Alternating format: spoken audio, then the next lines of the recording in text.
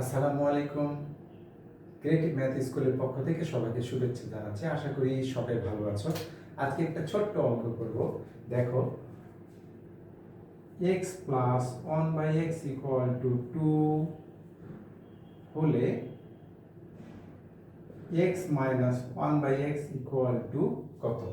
ঠিক আছে, দেখো আমরা যেহেতু দেওয়া আছে এইটা x plus 1/x equal two 2, অতএব আমরা লিখতে পারি যে দেওয়া আছে x plus 1/x equal two 2।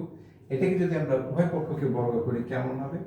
1/x whole square আবার 2 হোল স্কয়ার, মানে উভয় পক্ষকে বর্গ করলাম, পাশে লিখে দিতে পারো বর্গ করি।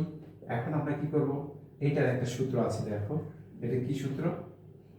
x minus 1/x whole square plus 4x 1/x equal to 4, 2 square মানে 4।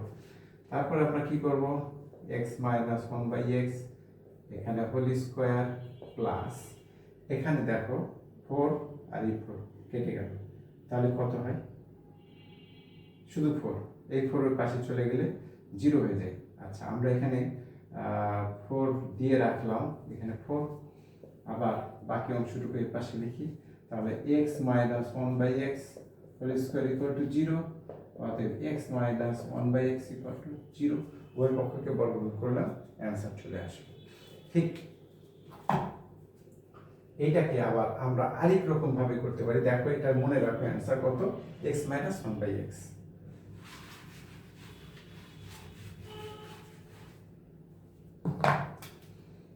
আমরা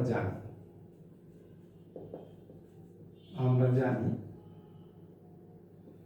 x minus 1/x whole square equal to x plus 1/x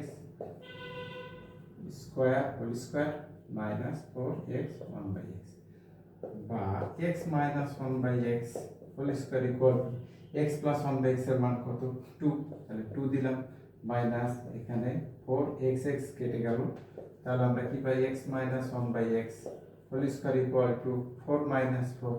এবার দেখো 4 minus 4 মানে 0, আর এখানে x minus 1/x whole square আছে, এটাকে বর্গমূল করলে কি পাই?